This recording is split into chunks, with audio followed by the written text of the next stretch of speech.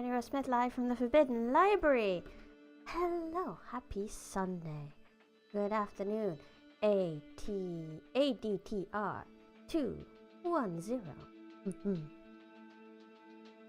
Today, we will be reading more Cat-a-tonic. This is the third time we're reading it, so I will do my best to give a good refresher as to what happened, because this has been like at least 2 weeks since I read it for me, because I wasn't feeling great last Sunday, so obviously didn't read anything then.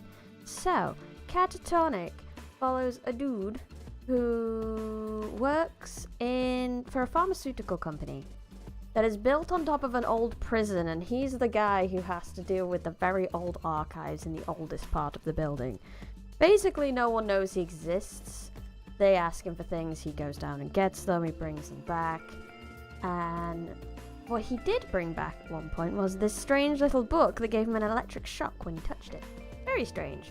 His fiancée also works for this company. She works a bit higher up. She's actually on the science teams and things, doing the science and the genetic science and the things. All sussy stuff about genetics and things like that. Oh, it's called Wonderland Pharmaceuticals as well. I feel like that's important. The two of them go out for lunch. She touches the book and gets zapped as well. They have some nice chats. She's a bit stressed about her project. They go back to work after lunch, and the big boss comes in to this nobody's office and asks him to get some stuff on the fly that for some reason procurement can't get for him. Who knows? And he's very intimidated by not only the big boss in the green suit, very Wizard of Oz-esque green suit, and then he has a big burly bodyguard called Solomon. So he does what the boss says, because he's like, oh, it's my big chance to get noticed in the company, whoop whoop. And that leads him to a very strange website, which feels more like a point-and-click game to him, which he navigates and eventually gets the order, and it asks him all sorts of weird questions, and it's very strange. It sounded really fun, actually. I kind of want that website to exist. Except I don't want it to, like, read me like it did him. That was creepy. I keep picking up books that might secretly be horror books. I don't know. And then he goes home. The delivery arrives, even though he never put in his address or anything to the like. And it's this weird, goopy, almost like, what's the word? Lava lamp stuff. So he takes some of it to work, and the big burly bodyguard just takes it off him without another word. And he's like, oh, I thought this would be my big chance to impress the boss, but he doesn't even get to see the boss. So he goes home, and then he looks at his book again, and it's got some science and some conundrums and things to do. So he wants to, like, try out what's in this mysterious magic book. And the magic book tells him that he needs the chemical under his table to do it. Turns out the cat in this cat-a-tonic called Purloin had knocked some of the chemicals off, and there was one that rolled under the table. So this is basically where we're up to, is that he's going to try some science/magic, and we'll see what the result is. It may or may not be a talking cat if the description of this book was anything to go by. But here we go. Cat-a-tonic Part 3. Sleep did not come easily that night. I tossed and turned, trying to get comfortable. When I finally drifted off, images of the book's pages and that strange, entrancing chemical kept coming to the forefront of my mind, waking me. Such instances were not that uncommon with me, although normally it was a new video game or a book that would get into my head and would not let go until I solved the current mystery. I feel like this whole book needs to be an ADHD meme, because that's definitely what the main character has. Still, in those situations, I could at least force myself to fall back asleep. This situation kept growing in intensity, with a building sense of urgency. My heart rate picked up, and a bead of cold sweat rolled down my cheek. Marcus. Alana groaned in a half-sleep voice. What's wrong? Can't sleep. Purloin or a video game? Alana asked, shifting to regain her comfortable position. Did you feed him? I forgot. Cat has never been fed. Grabbing my phone, I checked the time. I didn't. I thought you were going to, but it's already 2 a.m. If he isn't waking us up now, he soon will be. I gave her a quick kiss on the forehead and got out of bed. Be back soon. I'll feed him and do some more reading. She rolled over with a moan of agreement, closing her eyes and slipping back into a peaceful sleep. Purloin greeted me at the bottom of the stairs with an energetic squawk as he made his way to his food dish. His head dipped, mimicking the motion of how he would normally eat his meals. If he had one! He regarded me with his amber eyes, a look of anticipation at his coming feast, as well as his frustration at the delay. We are sorry, Purloin. Subpar service in the household. My bad, I offered, going to the jar holding his food and scooping out a portion of kibble. I know you expect more of your servants. I hope you'll forgive us, my lord. With a fierce intensity, the cat devoured every bit of my offering, licking the crumbs as if they were the sweetest ambrosia. By the way he ate, you would think he had never been fed before in his life. Purloin was a big cat, being partly Maine Coon. Oh god, those bad boys may as well be as big as blooming lions and tigers. They are big boys. But despite his royal protests, I can assure you we fed him, and at consistent intervals. Now that I had corrected my previous error in the eyes of the house's true master, I sat at the table to calm my mind. The witching hour, described by the book, was approaching, and I was compelled to do something, anything to get rid of my nervous energy. The small flasks, bowls of chemicals, and the vial all rested on the table before me. Maybe organising this stuff will get my mind off things. Unplugging the tablet, I stared at the home screen for a minute as I looked at the red book icon. It's just a book, I told myself. Nothing to be afraid of. You were just riled up from everything else going on today. That's all. Sadly, being convincing was not one of my skills. I took a few more minutes to muster my courage before I opened the book. A little "welcome back" icon popped up, and I might have gasped before remembering that a lot of programs have this feature. It's just a book, Marcus. Nothing can go wrong with books, right? Nothing. Not a damn thing, I said again, this time trying to put more confidence into my voice. Maybe if I sounded self-assured, I would trick myself into believing that I was in control of the situation. Make it till you make it, buddy.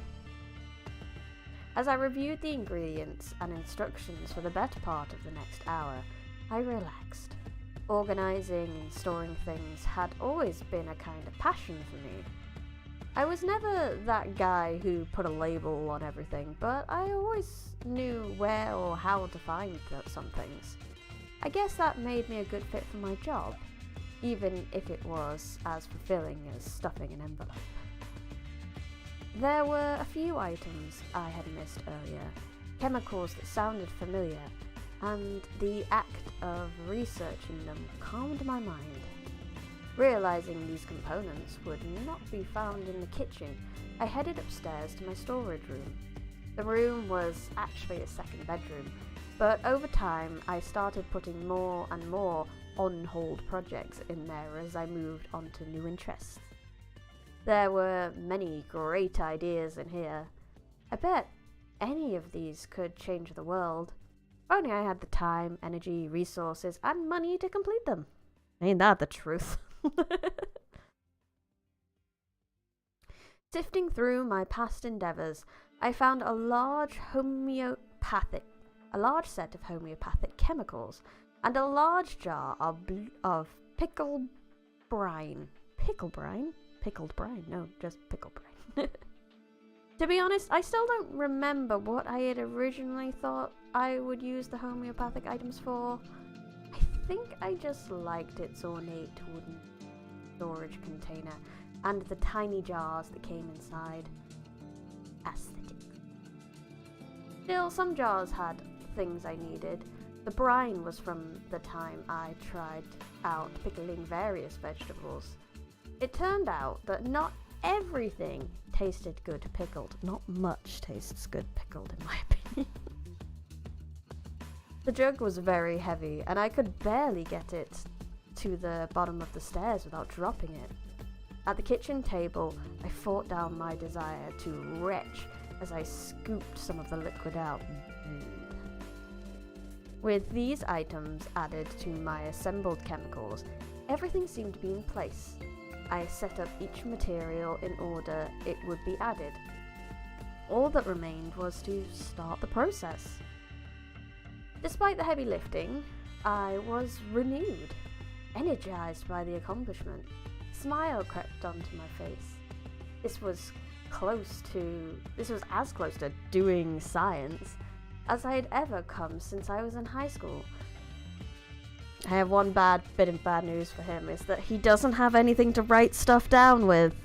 Therefore, he is not doing science. He's just fucking about. 'Tis the rules. I wonder if this was how Alana experienced every new project. The idea of creating a potion from an old-looking alchemy book made me giddy.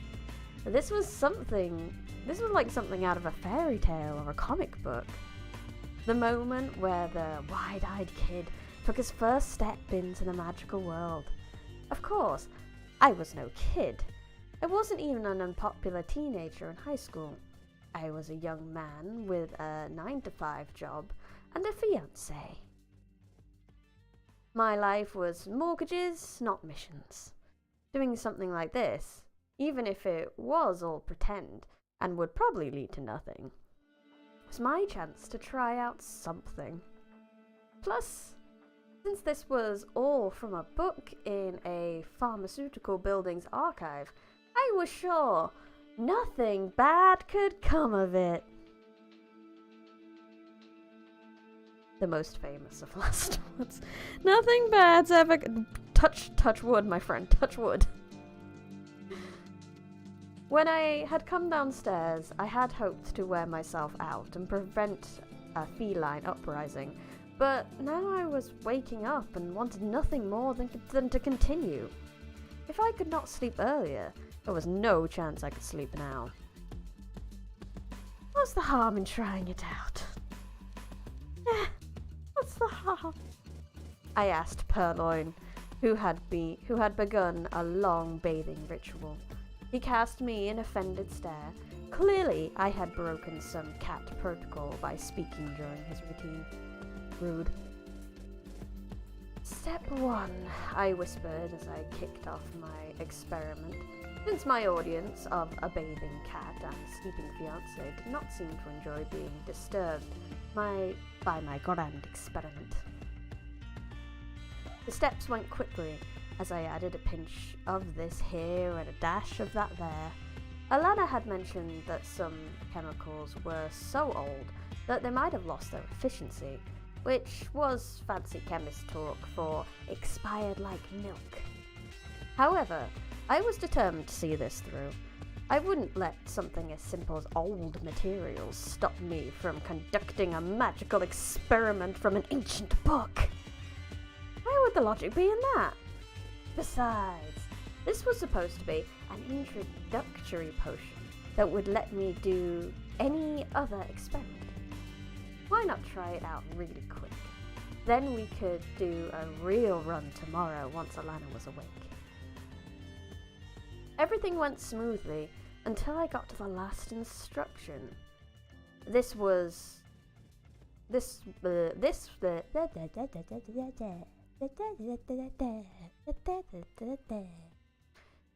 This was one of those additions that had happened after I moved from paperback to electronic.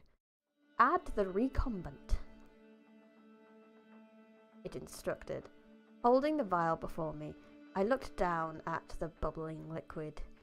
Every other chemical was mundane, either something from the pantry or the thing a store would sell to a student. But this stuff, this weird lava lamp-like material, felt different. As I popped open the top, a series of scents wafted over me. There was the scent of the deep woods, followed by the dry fragrance of what a wheat field, and then a metallic taste, blood. My head swam as I processed these smells. Purloin stood, resting his front paws against my leg. As he extended himself towards the vial, his nose moved a mile a minute, and he meowed a demand for whatever I was holding. He was determined to know if it was either a treat or a toy. Neither, Purloin. No, not for kittens. My words did nothing to dissuade him as he pawed at my hand. This seems like it's going to be a catastrophe.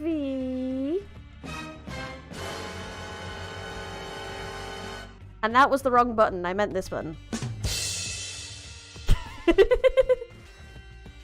Marcus, Alana yawned, suddenly descending the last few steps.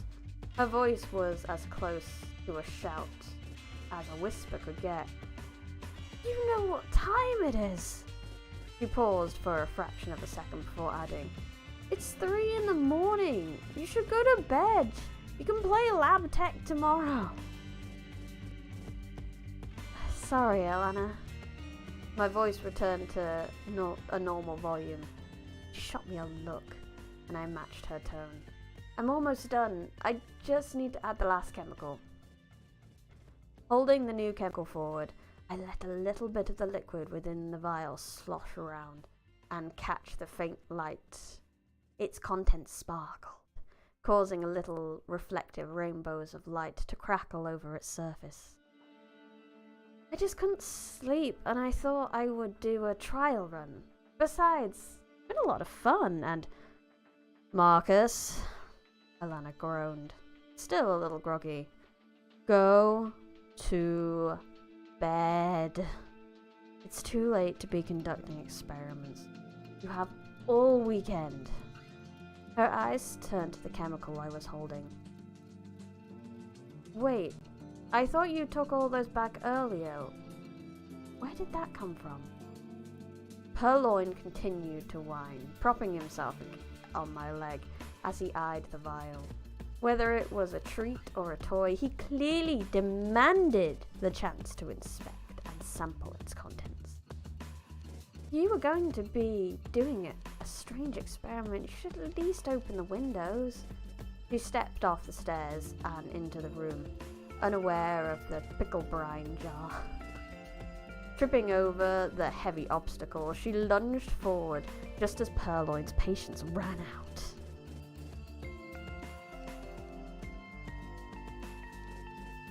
And he dug his claws into my leg to propel himself towards the vial, determined to claim his prize. With everyone in one place at one time, my hand slipped from the vial, and the full contents poured into the mixture.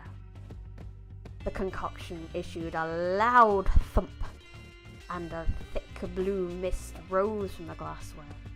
It reminded me of the fog that dry ice machines made, only it was sapphire blue. Purloin hacked, leaping away from the acrid-smelling smoke. He smacked into Alana, and the distinct crackle of static shock filled the air. In a flurry of fur and fury, he darted upstairs, seeking a hiding place. Alana coughed as she took a lungful of the strange cloud and staggered towards the window. She unlatched the window lock, but then wavered, went limp, and crumpled to the kitchen floor. My own lungs ached, and my head swam as a fit of coughing took over me. I had taken in a full breath of that strange vapour, and my senses were going wild. Tears poured down my cheeks. My breath was hot and painful, and my skin felt fuzzy. Each hacking breath sent jolts throughout my body, like I was trying to spit out a lightning bolt. Struggling to my feet, I staggered towards the window and Alana. We needed fresh air to get out of here as fast as possible. My thoughts were getting fuzzy, and there was a screeching in the air, like when a kettle reached its full boiling point. The next thing I knew, I was on the kitchen floor, my body too weak to react. Strange thoughts came to my mind as I lay there. I should shut that off before it wakes Alana. Purloin's probably panicking. Darkness filled my vision, and I drifted off. Whatever thoughts had kept me up earlier no longer forced me to stay awake. In the last moment of consciousness, a disdainful voice called out in my thoughts, and the one word heralded me into the darkness. Dumb. I think I would have put an arse on the end of that, so it would have been dumbass, but hey ho! Whatever you say. Cat-a-tonic! It's the roll credits chapter. I mean, we're only halfway through, so I think we finally will get to Purloin speak. I'm excited. But first, we hydrate.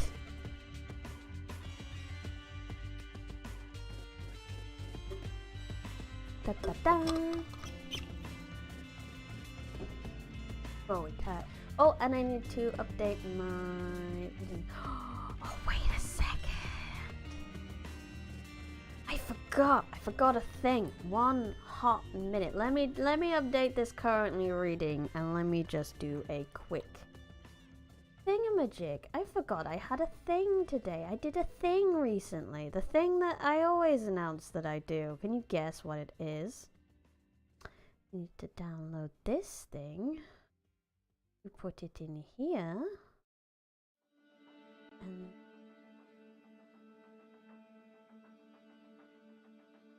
this will be this. And then I need to. We're gonna hide. Where's my thingies and stuff.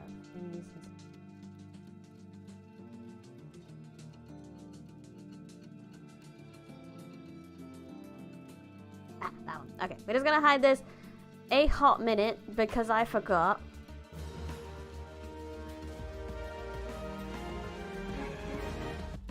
I finished a book recently and I completely forgot about it. I don't know if that says something about the book itself. But the book I read was Those Who Fall by Rachel Arsenault. This is the second in a series. The first one was called She Who Rises, which was an entire lie because no one rose in that book. That book was suffering, and there was a lot of falling, and this one was also suffering. This one kind of carried on the suffering. It was definitely from the perspective of those who fall, so at least this one isn't lying about the title. It's a very character-following story, character-driven, character-following, I know my words. About a universe where there was magic, but it got sealed away, and now all these magical creatures are sealed in magic stones, and the people who can use the magic stones can use magic. And the main character discovered she could use magic in the last book, and she's starting to get to grips with it in this book. Most of it is a journey through the forest, and there's very little in the way of like actual safety for the characters, so they don't really get to like relax at all.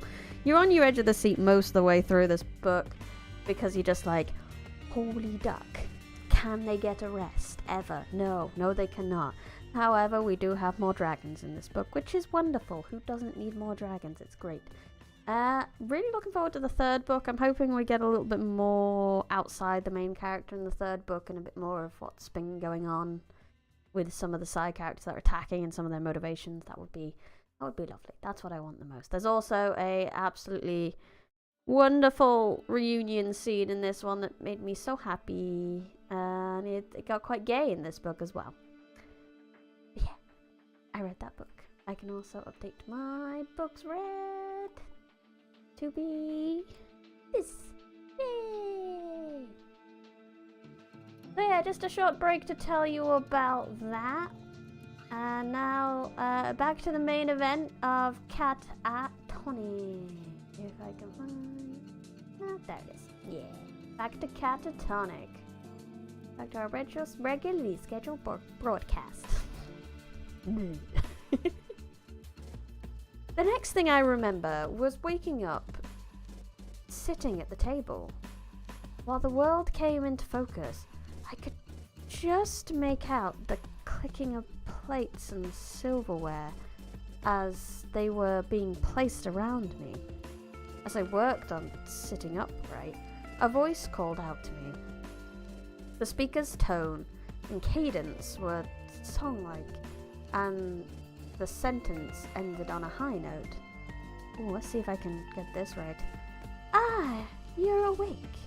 I was wondering if you would join me today, Anon? Or none? It's gonna be fun. The first thing I noticed was that I was no longer at home. I had expected to wake up on my kitchen floor, or maybe in a hospital room, since I had passed out from strange fumes, but I found myself in a small French cafe. Across from me sat a woman dressed in an outfit that was a fusion of mime and Halloween decor. Her makeup was done in a skull motif, but it had whimsical patterns of colour, creating a border around her face. Makes me think of those Day of the Dead kind of ones.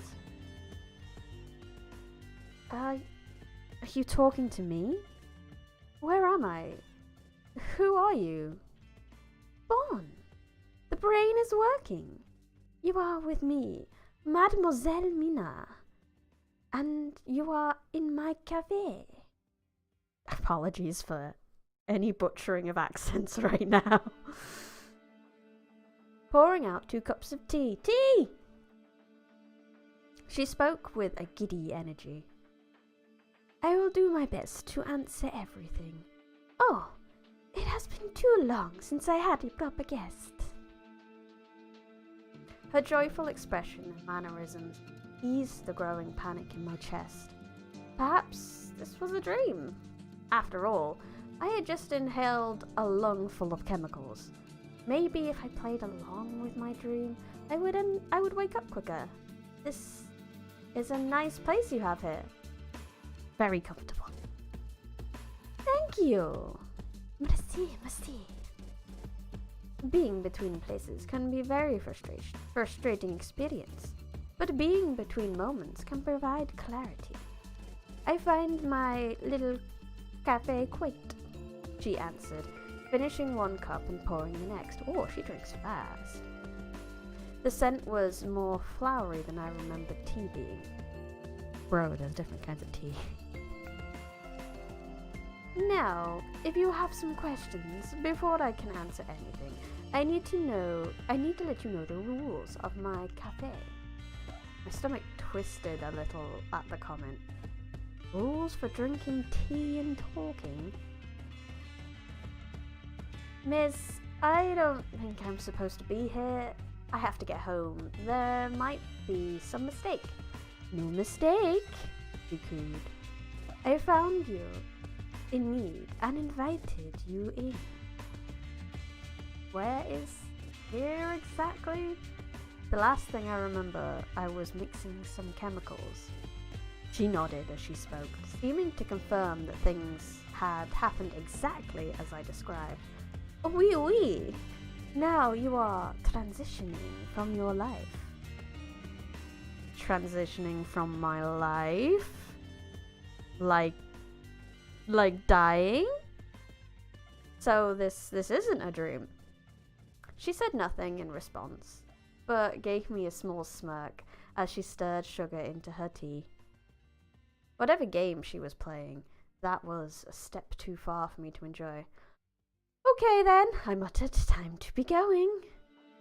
Without even getting your questions answered. That seems to be a waste of an opportunity, no? Ignoring her, I stalked to the door, determined to get back to my life. Throwing it open, I stepped outside into a blistering heat. Immediately my body seized up. The light burned my eyes, causing them to become locked.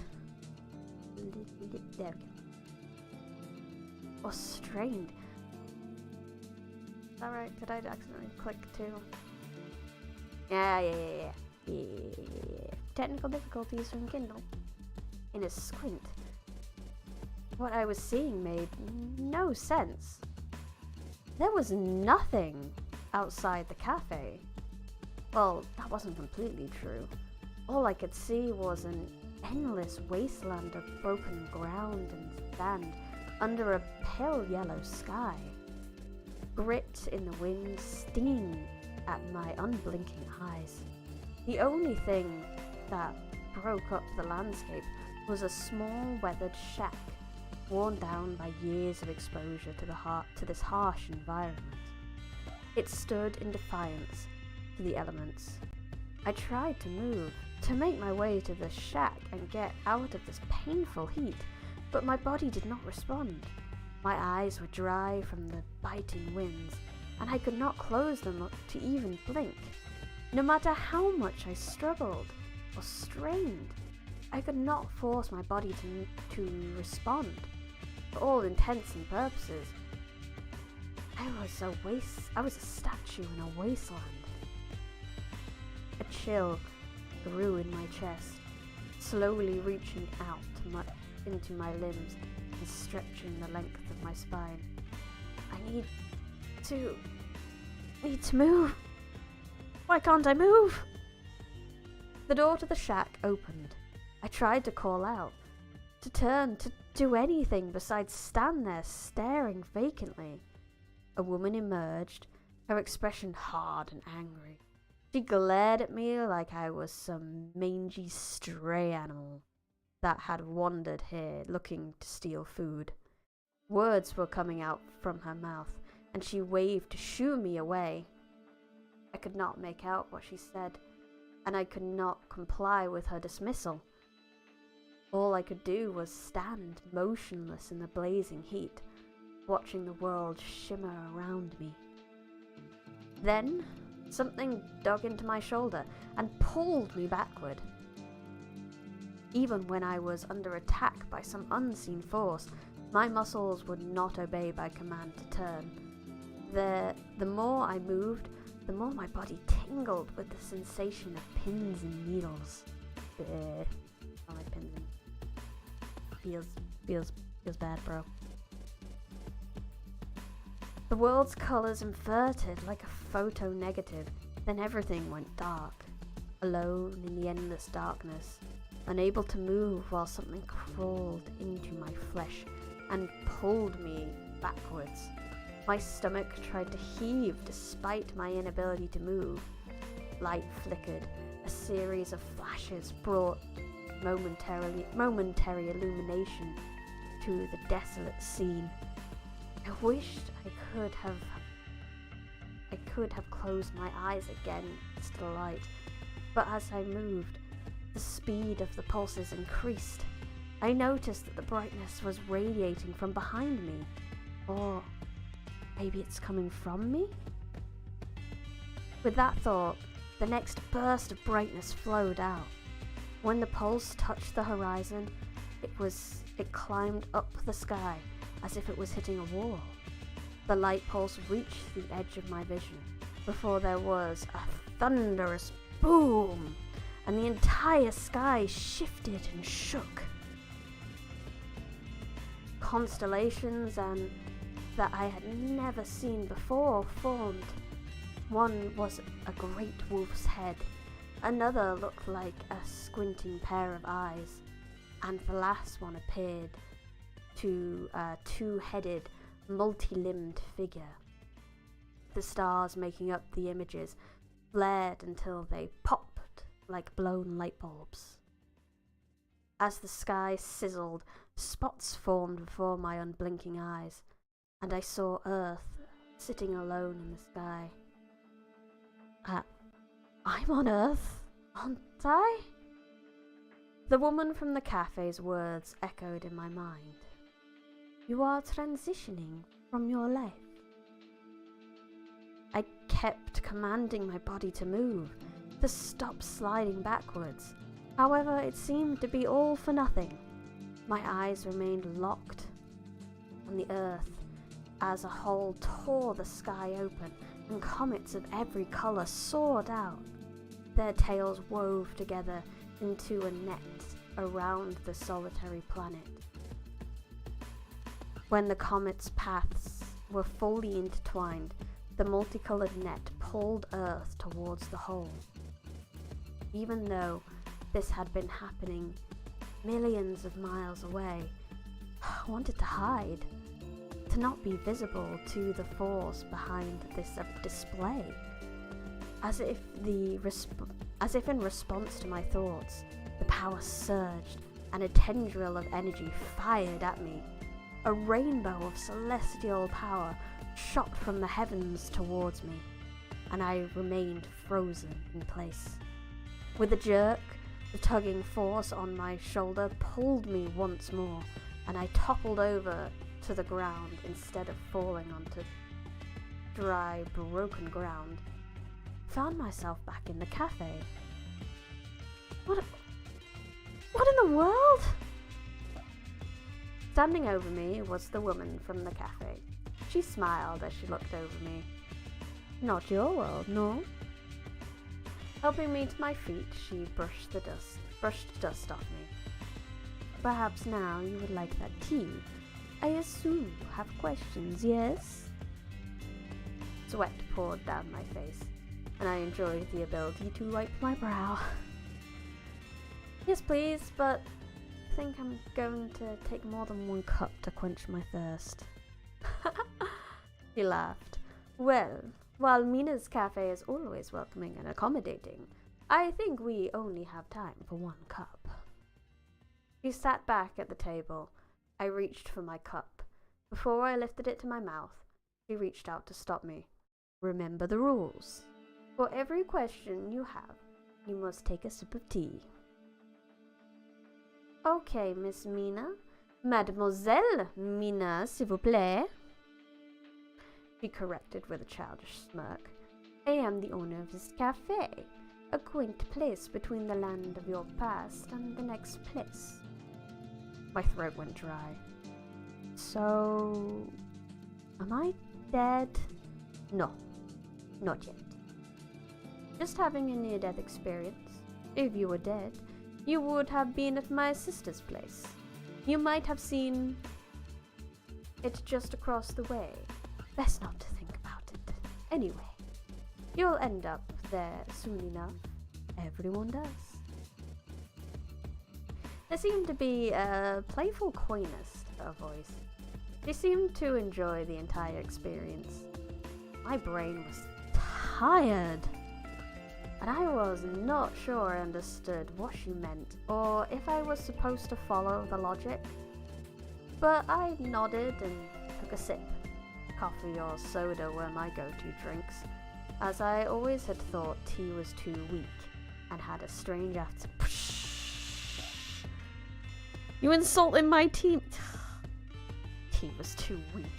You've been having the wrong teas, my friend. Get yourself some Yorkshire tea and you'll fix that right up. Fix that opinion of yours. Yeah, this was sweet and sugary. Probably a nice tasty chai. That is how you get someone into tea. Give them a nice tasty chai. What is this? Mina squealed with delight. First question. It is a homebrew blend of herbs, just a touch. Her voice spiked at the word. Of honey and no added preservatives. Taking another sip, I decided not to waste the next question on something simple. I was getting tired of running on fumes. Sorry. If it was a game we were playing, then I'd show all my cards. As you probably guessed, I'm a terrible poker player. What is happening to me? Your mind is too active. You stepped into a place that is on the cusp of everything and nothing. Now your brain doesn't know what to make of it. You should meditate on this. That is the wonder of rest. We see things that were and not and were not, and many possibilities and impossibilities. Yeah, that really tells me nothing. You were telling me that I am nearly dead, and I just saw Earth being dragged into a black hole by a rainbow energy comet ribbons. Just saying that sentence out loud must mean I'm insane. She said nothing, but a small smirk came over her face. Her eyes drifted from me to the centerpiece, a crystal globe filled with small glass beads.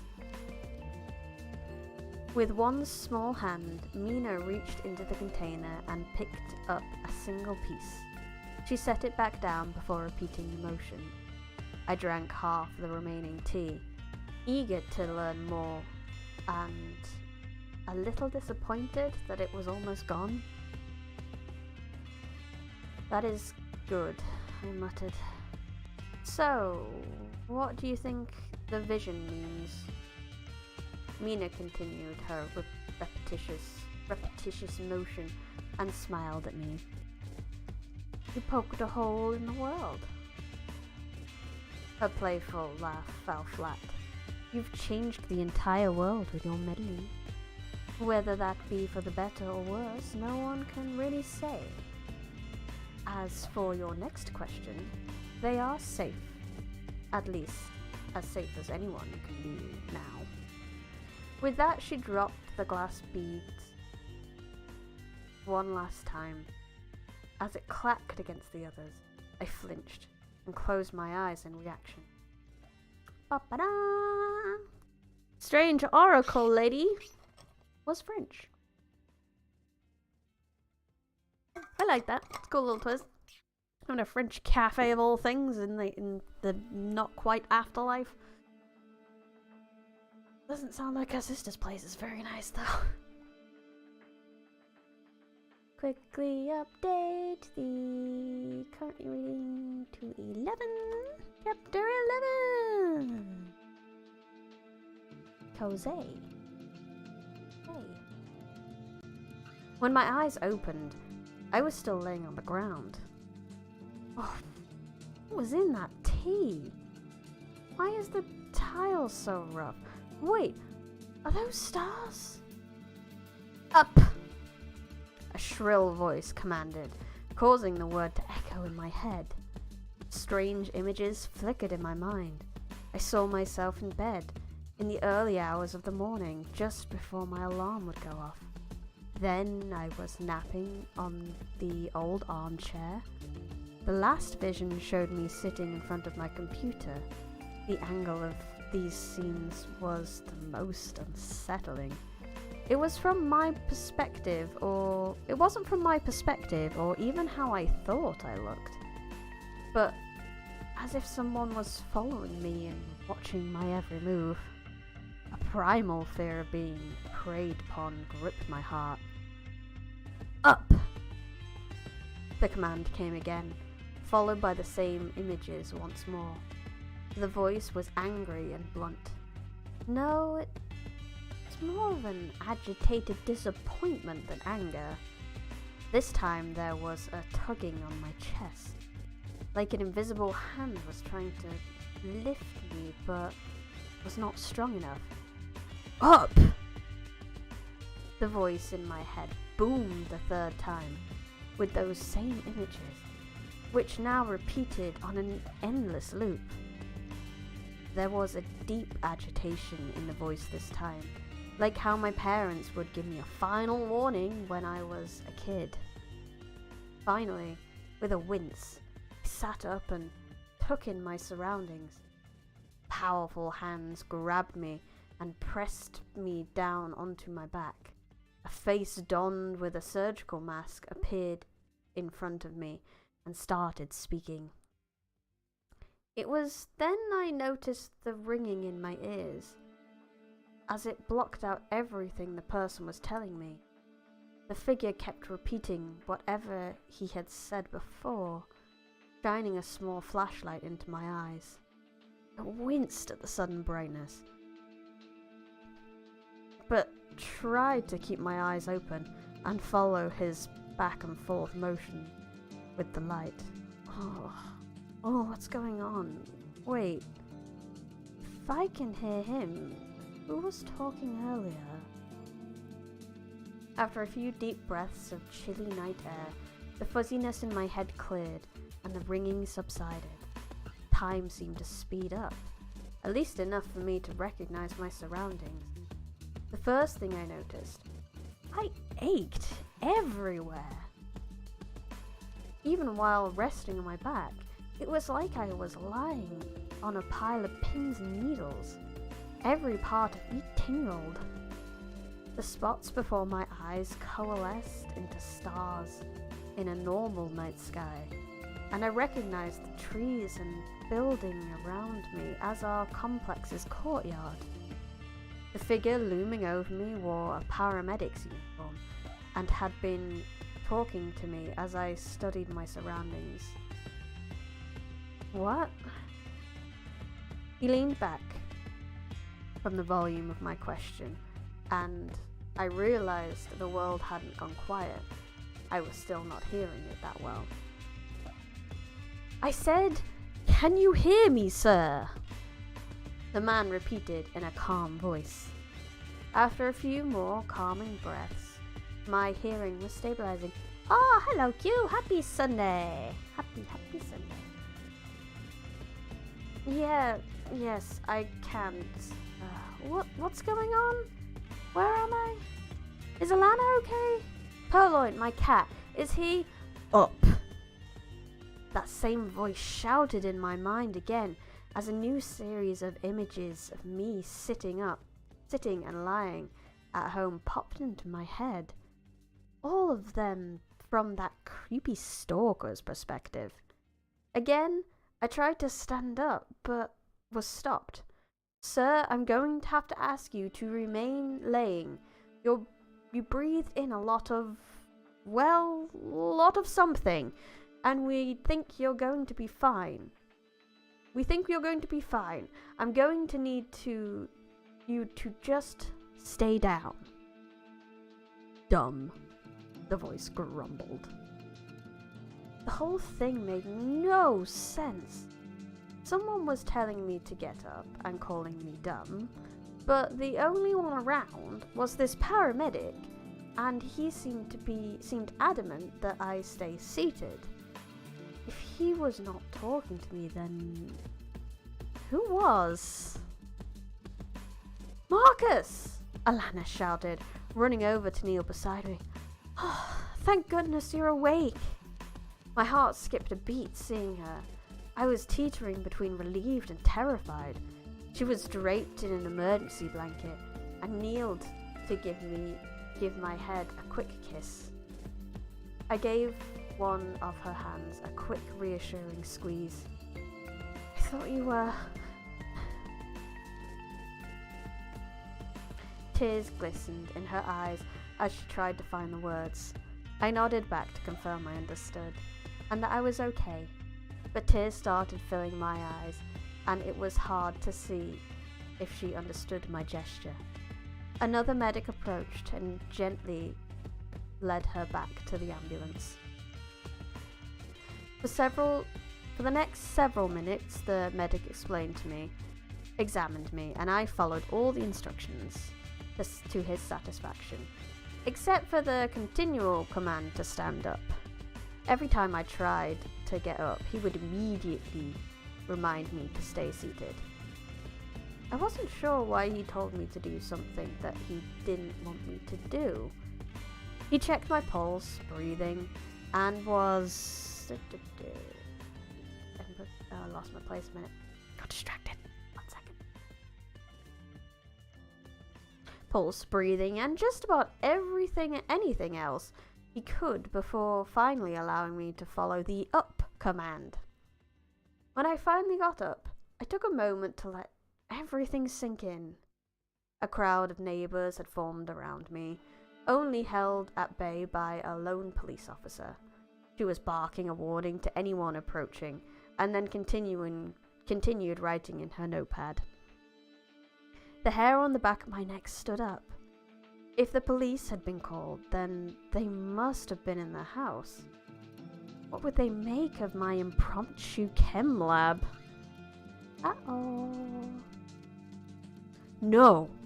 That shrill voice boomed in my head, followed by images that almost made me motion sick.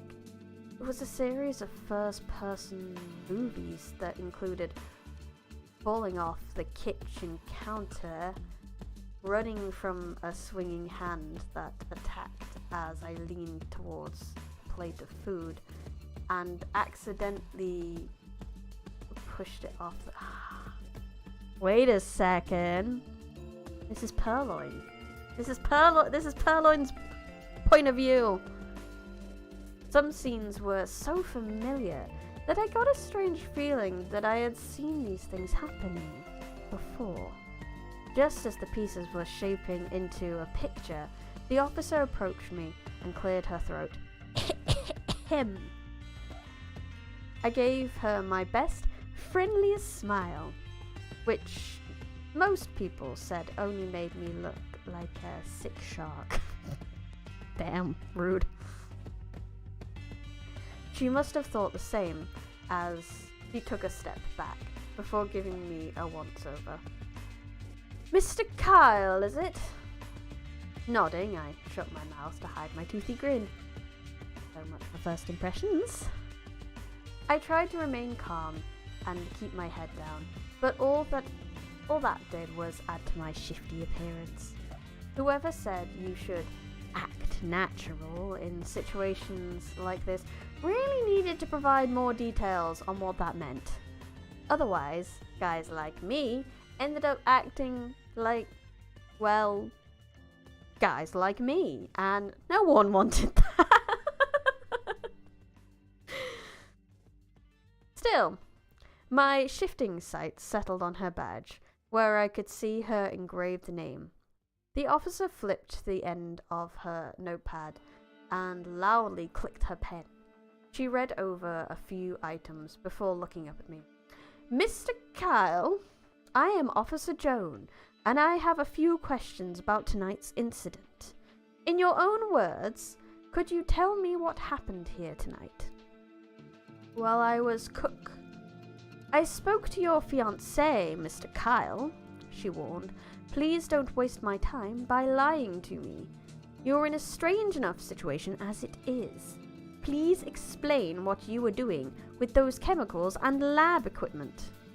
Her eyes burned as she looked at me, awaiting my answer. Straightening my back, I tried my best to appear confident.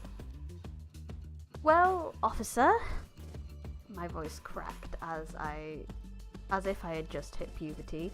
After a weak cough, it returned to an almost functional adult's tone. The best way to describe how I answered is to tell you about the time I tried learning to drive a stick-shift car. Oh yeah, that's not a standard thing, I forgot. My first few attempts to start the car ended with it stalling, as I could not master both the clutch and brakes at once. When I mastered using both feet simultaneously and could get the car moving forward, I stayed in first gear for several blocks. Ow! And the engine whirred and struggled. Yeah, it would. It yells at you. After stalling at every stop sign, I got more confident and was able to shift gears easily. The second I got comfortable shifting, I downshifted when I should have gone up and heard the gears grinding in protest. In my panic, I looked away from the road and adjusted, only to realize I was going off-road and almost into a ditch. I swerved back onto the road and overcorrected into the far lane. Thankfully, there was no one coming, but if there had been, I would have certainly caused an accident. Lucky for you. The point was, I was an idiot behind the wheel. Well, officer, I was conducting a magical experiment. I found an old spell book and wanted to try it out. My fiancée said I should wait for her, but I read that it should be done during the witching hour, and who knows when she and I would both be up so late. I mean, it's not like we'd wake up in the middle of the night to conduct an old experiment. Alana's nearly impossible to wake up once she falls asleep. And I'm way too groggy. I think it might have something to do with all the caffeine, I think. Or maybe a lack of... Sir! Officer Joan interrupted, breaking my rambling before I could get out every random thought bouncing in my head. That's enough, sir. I went silent, my stomach twisting into pretzel knots. The thought of warm bread with salt became very appealing, and I had to tear myself away from the images of food to hear what the officer said. ADHD brain. Sir, can I see your arms? My arms? Complying, I held my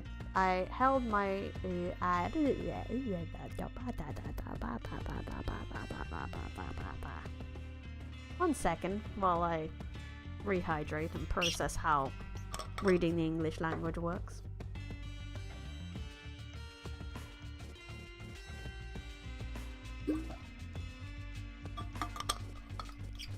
Okay. Ready, we're back. Complying, I held my arms out, palms upwards. Water started welling in my eyes. I had done it this time. I tried not to flinch as I prepared for her to cuff me. This was how it was all going to end, with me rambling about magic while being dragged away by the police. As terrible as that all sounded, I was more concerned about how it would look to Alana. I shot her a look over at the ambulance and found her looking back at me. I flashed a smile at her and hoped it was reassuring as I wanted to. It was as reassuring as I wanted it to be. Joan shone a bright light up and down my arms, tilting the flashlight to the side, then grunted in surprise. Whatever she had been looking for was not present or visible. I mean, I guess maybe she was looking for puncture wounds? That's the only thing I can think of, is that there's a guy rambling about magic. Is he on drugs?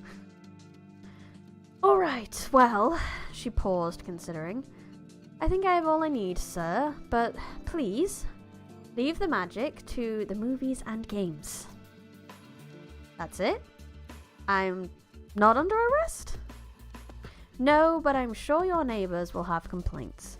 I don't know what you were really doing in there, Mr. Kyle. However, I plan on having some tests run on the residue from your nighttime experiment. So please don't leave town for the foreseeable future. That won't be a problem. I barely go outside, let alone leave town. Mood. Our eyes met, and she glowered for a moment, considering her response. Then she reached into her pocket and pulled out a business card. If there is anything else you want to tell me before the results come in, please call me at this number. It would be easier for everyone if you did. It'd be easier if he knew what he'd done. Taking the card, a shock arc between us. Sorry. I've been having a lot of problems with static lately. After a final shrug and one last once-over, Officer Joan walked away. Police investigation, ambulances, and now a chemical explosion going off in our faces. How unlucky could we be?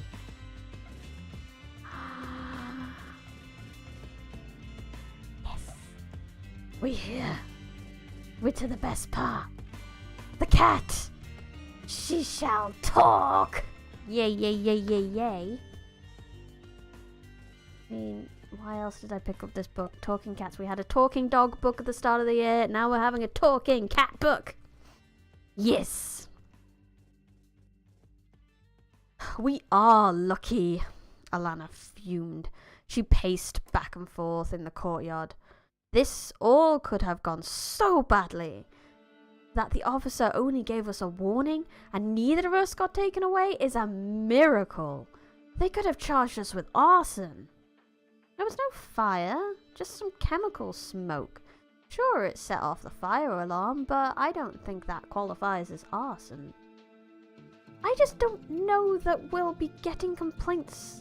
I just know we'll be getting complaints from the neighbours. She wiped at her eyes. Why couldn't you just wait until tomorrow? What's got into you? Sorry, Alana, I didn't think it... Exactly! You didn't think this through. I wasn't telling you to wait just to be a nag or boss you around. Honestly, Marcus, would it kill you to follow the rules just once? Think before you act? Throwing her hands up, she stalked back into our home. I'm still not sure if I should have expected a better or worse follow-up conversation later on. The stress of it all made my head pulse. I tried taking slow and steady breaths to stabilize my head, drawing in the cool night air. Inside, Purloin clawed at the door, and I could just make out his muffled meows. Are they meow? Or is it English? Images flicked across my mind at a dizzying pace, spinning and snapping in a frenzy of motion. The first was the kitchen. I moved along the ground and looked up towards the counter. My stomach rumbled, and hunger on a level I didn't think was possible rippled through me. A long arm reached down and poured something into a bowl before me. I was so ravenous that I plunged my face into the bowl. All I wanted was to consume, to feast, and end that terrible pain in my stomach. When that scene faded, another slammed in front of me. Now I was looking at Alana, who was eating some popcorn. One kernel fell from her hands and landed on the futon. I raced over to the snack and bit down, chewing and crunching it down in excitement. The salty flavour danced on my tongue, and I was filled with the elation of victory. Finally, I saw another me sitting at the table eating dinner. From my vantage point on the floor, I tried to get to the attention of my larger self, but he just dismissed me on the ground with a wave of his hand. Food. The word echoed in my mind. The voice behind it was agitated and demanding. Behind that anger was a feeling of deep offence, as if the voice were displeased at the mere notion that it had to make itself known. Trying to shake the intrusive thoughts, the images continued to cling to the forefront of my brain. It was like having tiny nails poked out from inside my skull. Maybe the chemicals have messed me up more than I thought. I should have. Did I have Alana take me to the hospital? Before I could process a response to any of those questions, another scenario took over my vision. This time Alana was yelling at me, and yelling at me in a garble of nonsensical words. The pitch and tone told me she was upset, but I could not make out any of what she said. Her hand reached for me, and I remember being ready for battle, but not concerned, as her pink claws weren't extended. She seemed incapable of extending them. Yet her strength was enough to tear my claws from my perch. Claws? Why would I have claws? No. That same voice declared, resolute in its fear of seeing Alana. Food! It repeated, sending me earlier images again, but not at a faster pace. But at a faster pace, not telling you lies. I'm just telling you the opposite of what the book says. That would be a heck of a challenge. Let's read a book, but tell you the literal opposite of everything it does. Maybe I should do a classic book like that. That would be funny. April Fool's Day. Yes. Placing my hand on my face, I tried to steady myself as the images pounded inside my skull. The pressure continued growing to a point I thought my head might crack open like an egg. What's going on? The paramedics said I was okay, but my head... Should it be hurting this much?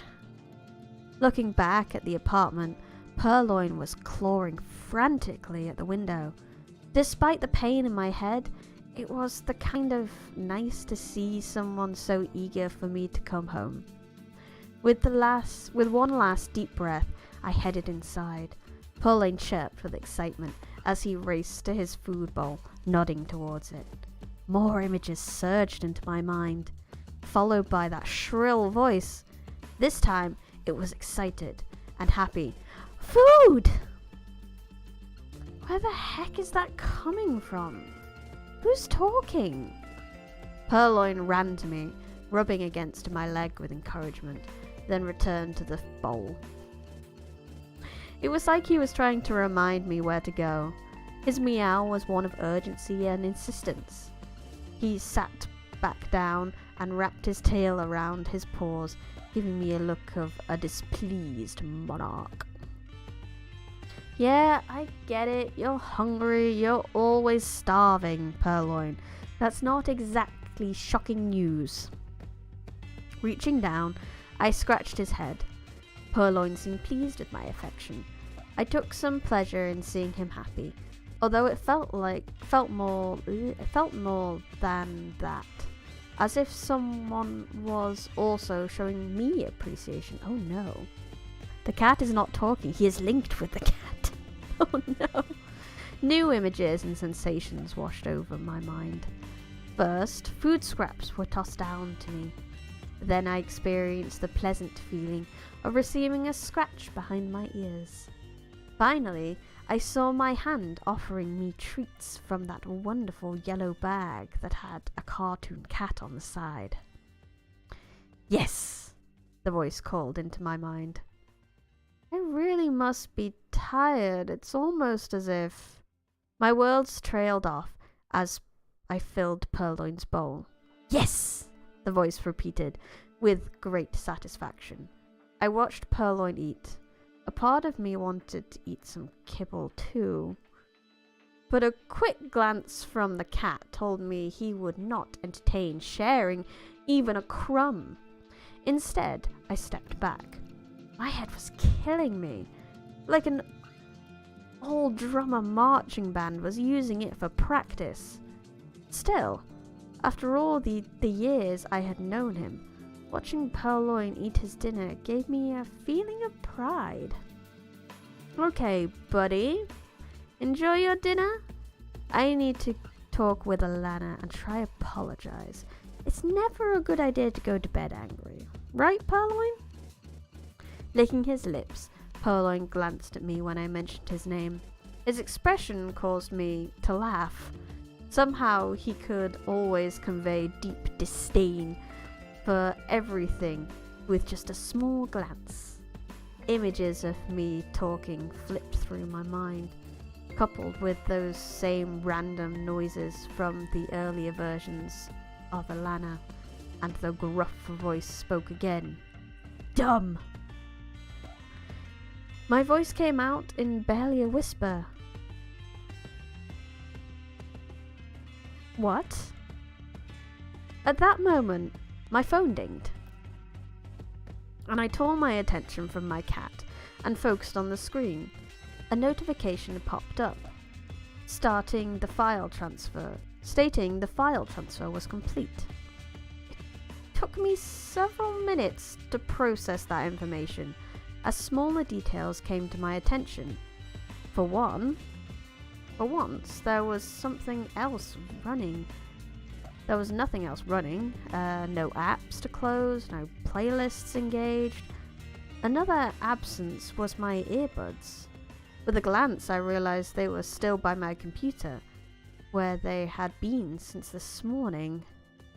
That meant I'd never put them in, and they could not be the source of the earliest sounds. Purloin, having finished his feast, rubbed against my leg in appreciation. A surge of pride tickled my brain, but it wasn't aimed at me. It was more a feeling of knowing someone else was proud of me and would continue to enjoy my actions despite how dull they found me. Reaching down, I scratched Purloin's ears. Sorry I missed your mealtime, buddy. That smoke was probably really messing with your nose. Maybe tomorrow I should take you to the vet and... Crinkle skins! Horror raked through my mind as the visage of a three-headed beast with pale blue crinkling skin loomed over me. Each head called out Purloin. Called out in a. Oh, it didn't skip. That's why. I was trying to read the same page twice. That doesn't work. In a cacophony of sounds, some cooed and drew me in. Another was brutally direct, and a third droned submissively. Before I could react, the creature seized me and began stabbing, poking, and prodding me everywhere. Light flared into my eyes, strange cold rods reached into my ears, and long, sharp nails pierced my side. No! The gruff voice roared as the scene repeated in my mind. Falling to my knees, I let out a sound that I was still not sure was fully human. Breathing became a luxury as I continued to fall and ended up on all fours. Tears poured from my eyes, and my arms wobbled under the strain of holding myself up. Everything was whirling and churning around me. Colours merged and then separated into new combinations. Kitten! Purloin stepped in front of me, letting out a concerned meow. Aww. Purloin cares! His rough tongue licked at the tears running down my cheek. At his touch, a spark popped between us. I drew in a long series of ragged breaths. What was all that? Rolling onto my back, I lay down, looking up at the ceiling, which spun and weaved in my vision. The longer I rested, the more stable it became, and soon I saw a white form looming over me. Purloin's eyes met my own, but they differed from what I remembered. His usual gold amber eyes were now different colours. One was a sunflower yellow, while the other was a sky blue. Purloin, your eyes. My heart dropped. What happened to you? Is this a reaction to those chemicals? I turned to the ruined experiment on the table. What was in that vial? Better take Purloin to the vet to see what I did to him. The images poured into my mind again. The same beast coming at me, but this time with different tools, fresh pains to bring forth. This time there was a new sensation. Separation. I saw myself, or some elongated and goofy version of myself, leaving the room as my perspective stayed caged with the monsters all around me. I could feel the pain of others and hear their cries of fear for what had or would soon befall them. What stood out the most of my other self was the shirt I was wearing. I had worn it to the vet's office when I took Purloin in for his checkup and went to fill out some paperwork. All in all, I had been out the room for 5 minutes tops. Right after that visit, I spilled some of my pickle brine on my clothes and Alana convinced me to throw the old shirt away. "No!" the voice screeched. Purloin fled, knocking over glasses, scattering papers, and toppling over stacks of books. Still unsure what to make of what was going on, and happy the pain was subsiding, I rolled onto my side and held out one hand. "Purloin, it's okay, buddy. I'm not hurt. See?" Purloin wasn't listening, and continued darting round the room, trying to find a place to hide, but only succeeding in knocking over various items and getting himself more worked up. All of his favourite places to hide seemed too small now, and I wondered when Purloin had grown so much. When I found him, he was barely a handful, and now he was a mini lion. With timing I could never replicate, I snatched up the frantic cat as he passed me by. One hand around Purloin's ribs, I hefted the agitated furball into Furloin. Too used to reading Purloin. He is Furloin now. Into the air. My reward was a series of scratching and hisses as he continued to flail in my hand. Fed up with his antics, and having more than enough chaos over the past few days, I shouted at him, "No!" Purloin froze immediately, then turned his head with a shocked slowness. A fresh wave of sensations washed over me, confusion and curiosity with a hint of offence. It was as if I had never expected to hear those words before tonight. Images of myself came to mind, but this time they were oriented as if I was remembering things through crooked camera angles. Like all the other pictures, they were low to the floor, so I was looking up at myself as I performed various tasks. There was an eagerness to mimic or understand what I was doing, whether it be cooking, cleaning, or playing on my computer. It all seemed so strange, but potentially interesting. "No?" the voice asked, testing the word to see if it fit the context. "Wait." I swallowed, placing Purloin down as I sat up. To my surprise, he didn't run away, but sat with his tail wrapped around his feet as he studied me. "Do you understand me, Purloin?"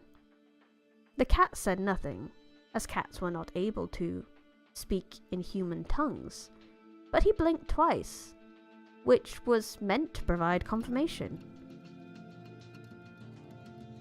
I tried something different, something that might get a deeper response.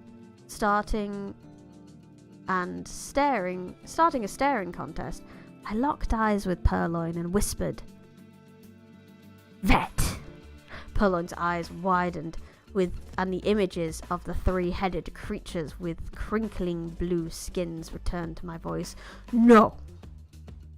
the voice hissed. "Food!" I offered before he could run off. Purloin purred, and pictures of the previous meal came to mind. "Food!" the voice echoed with satisfaction. Alana. Images of my fiancée came to me, mostly of her eating salads, screaming at Purloin when he was on the counter, or pointing a water sprayer at him. Each image contained a healthy dose of anger, yet also a begrudging respect, like two generals meeting on the field of battle. Purloin still continued staring at me, giving off an eager trill.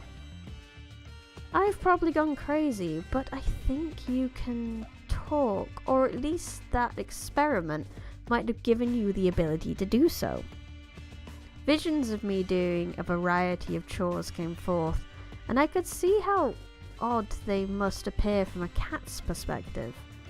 Why put chicken in the cold box when it could be eaten? Why not give food to Purloin if you aren't eating it? Why have scratchable things when you won't scratch them? This time, when the voice came to me, it was dry. Had a dry, sarcastic tone to it. Same. Purloin says mood.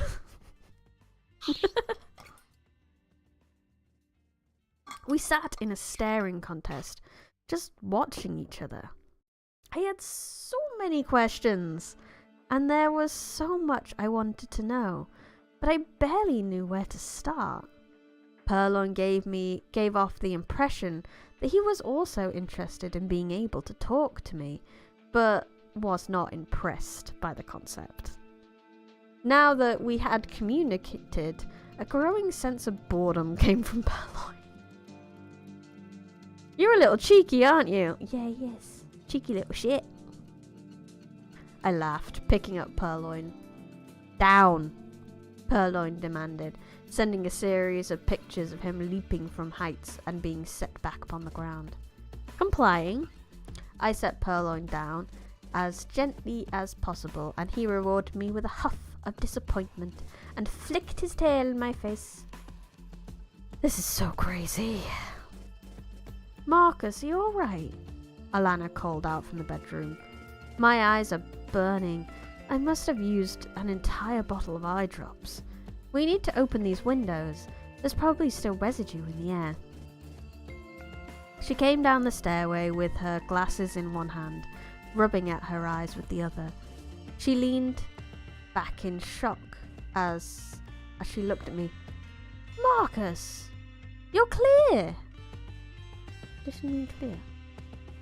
With the way the night had been going, I started checking myself out in case I had become invisible or translucent. Honestly, that was my first thought too. However, my body was still as it had always been, solid and visible. No, I'm solid. Nothing clear about me. Alana gave a short laugh, with just a hint of exacerbation. No, I mean, I can see you clear as day. We've established that. I mean, I'm sitting in the middle of the floor. Not like I was hiding or anything. I can see you! She repeated and tapped at her glasses.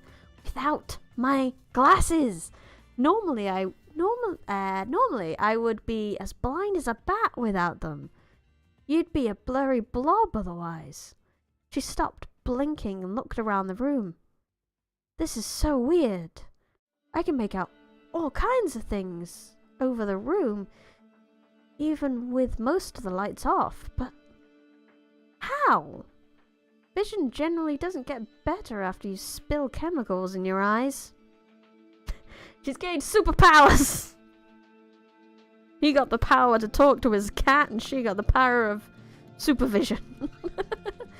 I don't know which one came out worse. Taking a deep breath, I looked from Alana to Purloin. While she marvelled at seeing our home in a new light, I replayed things in my mind and tried to figure out how to tell her what I discovered without sounding too crazy. There is no non-crazy answer to this. I've got some big news too. Is your vision better? I see you're still using your glasses. No, something else happened to me. Stopping to steal my nerves, I looked up at her and said in my most serious tone, I have a serious face. I can talk to cats. She stopped, her expression unchanged. For a moment, I wondered if she had heard what I said, or if her recent change in sight prevented my words from registering. When she spoke, there was a layer of agitation behind her words. She spoke in simple sentences to ensure her meaning was clearly conveyed. Marcus, honey, dear, of course you can. Everyone can talk to cats. Technically correct. My face turned a shade redder as I realized what she thought I was trying to say. But can everyone get a cat to answer them? Getting to my feet was harder than I thought it would be, but I managed after several near falls. A demonstration would need to be made, and I wanted to be standing when I did it. Purloin, food. Images of meals poured into my mind, and the cat came running over, meowing in delight. Food! See? I beamed as I pointed to Purloin. I just said it, and he came. He even said food back to me and showed me pictures. She sighed. Marcus, we do not have time for this. Something could seriously be wrong with my eyes, and you're making jokes about talking to a cat? She wrapped her arms around herself. Purloin recognizes the word food because we use it all the time before we eat and before we feed him. Of course he understands it. It just means he learned some pet tricks.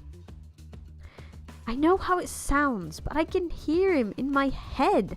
He's sending me images of him eating, and he even repeats the word. If he's so smart, ask him what happened to us. She snapped at me, and I could tell the night was words. And I could tell the night was starting to really get to her. To me, this was still a dream, but for Alana, it was becoming a nightmare.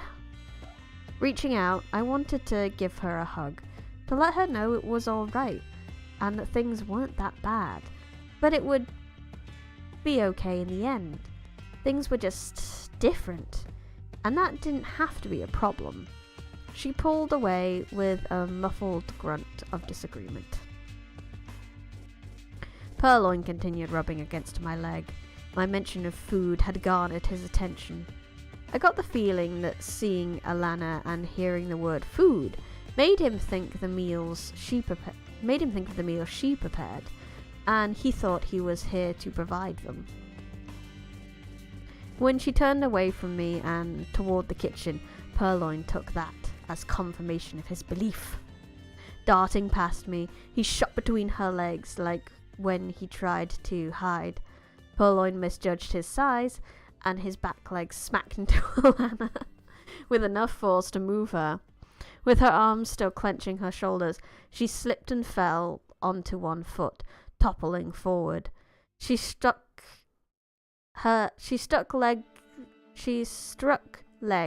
landed hard. I think, is there a grammatical error there? Because that didn't. Ah well. Barely missing Purloin's tail. And then she pushed off, performing a backwards flip, even with her arms wrapped around her. She completed the arc and landed with quite a thump. My mouth dropped. How did you? What was? Alana pried her hands from her arms. Okay, she just got a whole new fucking body. What the hell? With a wince. 4 small quarter-moon-shaped red marks formed on each arm, in the exact places where her fingernails had dug in. Ow! She cried, checking the severity of the cuts. No blood seemed to have come from the injuries. What happened to my nails? My throat went dry. The experiment. I think it changed us.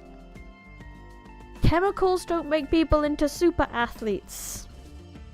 At least, not after one dose. And not by aerosol. You obviously have super reflexes and sight. I can talk to Purloin and hear him in my head. We've got superpowers!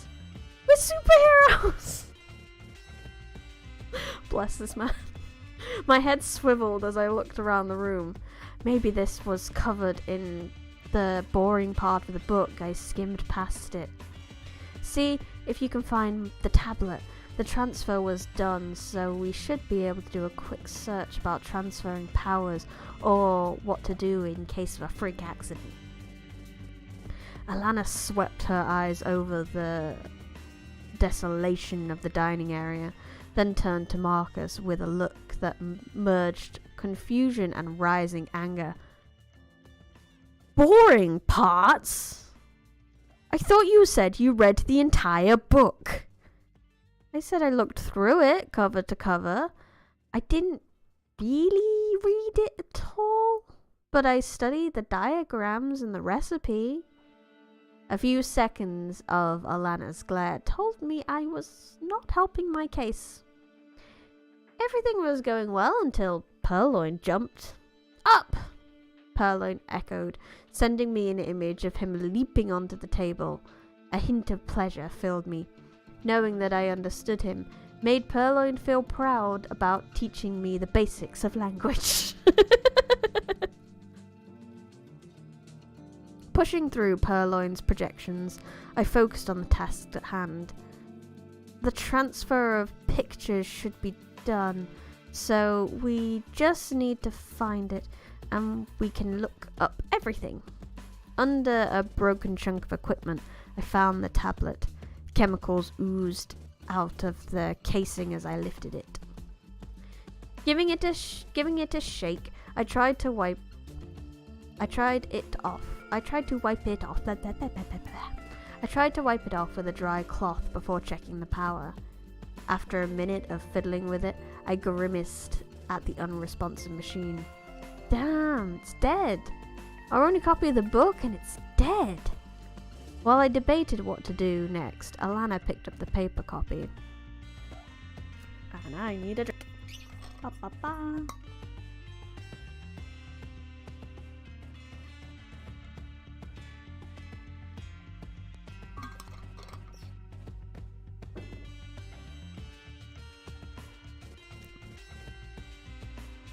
Looks like we're going old school.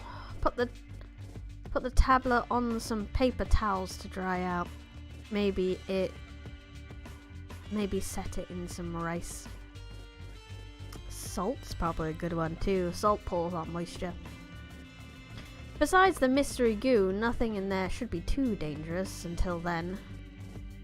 She stopped upon opening the book. What the hell is this? It's all blank. That happened after I started the file transfer to the tablet. It gave me a prompt to make the electron copy my key version. After I clicked yes, the book went blank. The face that Alana cast my way made me wilt. She flipped through the pages. Paper doesn't just become blank. There must be some trick, but why would an old book be tied to modern software? Maybe it's some variation of invisible ink?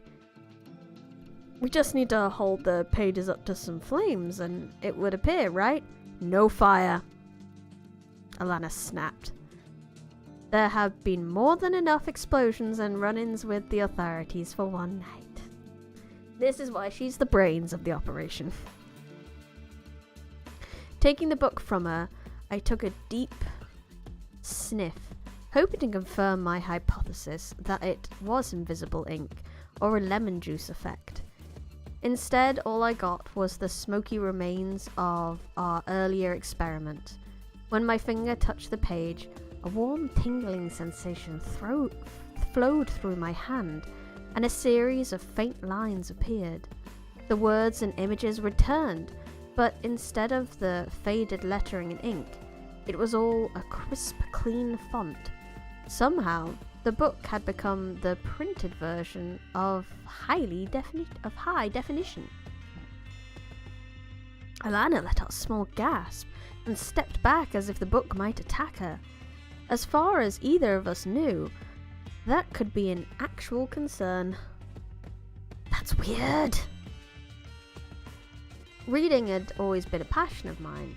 I loved picking up a new book and reading to learn something new. If I'd had more time and had not been through as much today, I might have really gotten into this book. As I flipped through page after page, I started noticing minor details I had missed before. Little marks on the page, etchings that had lovingly been added in a forgotten page. It gave me a nostalgic longing for a time I'd never experienced before. I could spend hours on each page learning something new with every line. Where had this insight been before? Was this a side effect of the explosion? The more I looked through the book, the more questions I came up with. I could spend the rest of the night researching this topic, developing these and writing my own novels on what I gleaned from this book. It was intoxicating how much I could learn. A lifetime could be spent just going through the details in these pages. Purloin's voice came to my mind. Dumb. My mind reeled at the comment, shifting my perspective up a few levels of consciousness. The allure of the pages and the secrets it held fell away. Instead of experiencing the lines and the wonder they had, I made my way down the page slowly. This is going to take a while. If only 'cause I could say, search potential side effects? If only I could say search potential side effects. No sooner had the words left my mouth than the pages flipped frantically forward. The book nearly sprang out of my hand, and I was now focused on the last page. Confused, I pulled away from the book and stopped myself as I saw the exact text that I had been asking about. Was that the paper version of clicking a hotkey? Potentially. Alana circled around me, slowly getting closer. What did you find? Conducting this experiment with an animal can cause familial bonding to occur. This should only be completed under proper observation and with an animal of a temperament that mirrors the Maggie. For a full list of documented familial bonding side effects, see Apex F. That sounds promising, Alana replied, looking over my shoulder. But where are you reading all that? All I see is the recipe again. I pointed to where I had just read and saw her shake her head. That's just a blank space. The words Appendix F shimmered, and a thought came to me. I touched the term, and again the pages underwent a flurry of motion until I was at Appendix F. One page had a dogged corner and nicked my fingertip. Paper cut! I winced before shaking my head. Self-turning pages are too cutting edge.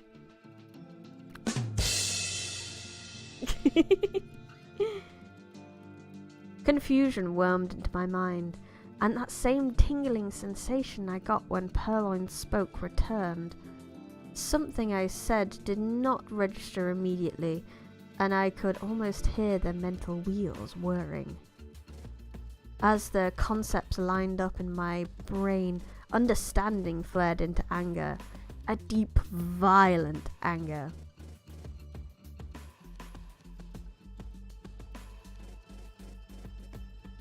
Thank you, Matt, for reading too much. Masked Trickster, I appreciate you popping in. I hope you have a good rest of your day too. Bye-bye.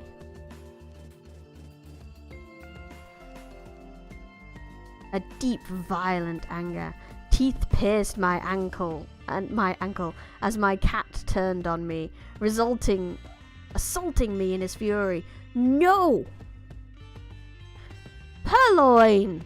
Alana screamed, tearing him off my foot. Long red lines formed where teeth and claw had been dragged away. What's gotten into you? He hates puns? I'm genuinely quite upset about that. Cat hates puns. I answered, twisting my ankle to ensure it still had a feeling. Violence against puns. That makes two of us. They obviously lack taste. That was a wonderful pun. She replied, holding up the flailing cat as I hobbled. But why was he so mad about it? Jeez, that cut is deep. From what I gather, Purloin is learning to translate what I'm saying. He thinks all human language, or kitten chatter as he calls it, is a waste of time. Our inventing language and then making jokes off those concepts was just too much. Alana gave me a blank look and allowed the calmed cat to return to the ground. If you can't make puns, whatever will you do when you have to make conversation? I can always use my intellect and wit. Sure, but that buys you, what? Maybe 5 minutes? I feel called out. I hate this. Yes, Purloin commented, sending me images of pleasing events. I saw myself feeding him and petting him behind the ears, as well as his victories over any stray insects that entered his domain. Everyone's a critic, I mumbled, returning to the book. There is a lot here, pages and pages of potential side effects. Turning through Appendix F, I saw all the various animals that a person could be bonded to, along with the associated side effects. What I found most concerning was that none of the entries referred to mental communication. Only general intentions and feelings would be transmitted. That would mean whatever I had done was outside the purview of even this old book. In fact, Appendix X was so kind as to point out a series of warnings like, do not attempt familial bonding during the witching hour, results may vary, or my favourite, one at a time advised. Whoever had written this book did not know how and where warning labels belonged. If these instructions had fallen into the hands of a moron, things could have gone terribly. Oh, you sweet moron. Alana picked up a clean piece of cloth and began dabbing the tooth marks on my ankle. Pages? You mean you aren't on the blank page at the back of the book? I pinched an inch of the additional pages, but she shrugged. Is there supposed to be something in your hand? This just keeps getting better and better, I sighed as I settled into the futon. Alana got a wrap for my punctured ankle and instructed me on every part of the cleaning and covering process. When she was satisfied, she started cleaning the wreckage of our kitchen.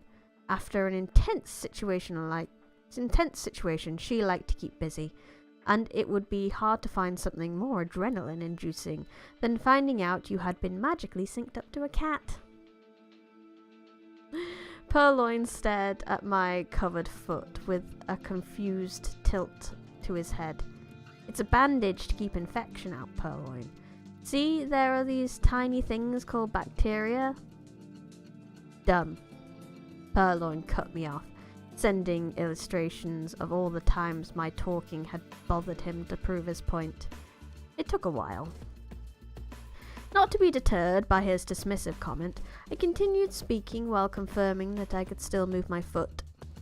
Alana had a steadier hand for first aid, but sometimes she made things a little too tight. See, that's why we take you to the vet, so that you can get shots, so crinkle skins! A wave of fear and hate washed over me as images of the three-headed monster reappeared in my mind. This time, however, I could make out its features with clear distinction. In fact, I recognized their faces and knew their names. They aren't monsters. That's the vet and her assistant, Purloin. The words had no effect on his agitation and panic, and my pulse increased until my heart was thudding in my chest. Purloin! My teeth chattered. All I wanted to do was run, but my last ounce of will forced me to remain seated. With my final bit of consciousness, I forced out my last words. I'm not sure why my brain picked them, as they would have looked terrible on my tombstone, but before I could stop myself, I shouted, "Bad cat!" Precious stopped. I opened my watery eyes to see Purloin looking at me with hesitation. He let out a concerned meow and walked forward, rolling his head under my hand until I was petting his ears. Good, he pleaded, showing me all the times he proved himself a worthy protector of the home. Purloin purred. A rough tongue licked my fingers when I hesitated for a moment. Okay, buddy. I scratched under his chin. You are a good cat. We just need to work on your panic attacks. Best cat. He corrected while replaying his greatest hits. I love this so much. While the images conveyed self-pride, there was also a bit of shame towards me for making Purloin have to provide such a long list. I best cat, you are kitten, I calm you. I love the idea that our cats like think of us as babies and want to look after us. I think it's very, very sweet. It makes me happy. Hopping up, Purloin plopped against my leg. Perhaps I was reading too much into the actions of my psychic feline, but the gesture seemed to imply he would stay beside me as proof of loyalty. What was that? Alana called from the table. I step away from 30 seconds, and you tried to blow up each other's brains. Then have a bro moment? Correct. Purloin rolled on his back, allowing me to scratch his stomach. While I detected a vibe of disdain in response to Alana's remark, he did not seem to remedy the comment yet. The road to recovery is a long path with many pitfalls and potential brain explosions. I replied, trying to sound cool. I was pretty sure I pulled it off. Well, try not to make another mess until we clean up the current one and figure out how to fix all this. Giving her a nod, I started to go through Appendix F. Most of the pages were just descriptions of animals that were deemed acceptable to use in the experiment, including insights into how to best control and corral them for the duration. Even the best behaved animals would not want to sit next to an explosion, as the text put it. Only 2 types of mages perform the experiment with a loose animal: the skilled master and the fool. He's the fool, alright, that's for sure. I smiled at the line, realizing that everyone who had called me Magas must have recognized my skills. Yeah, totally, bro.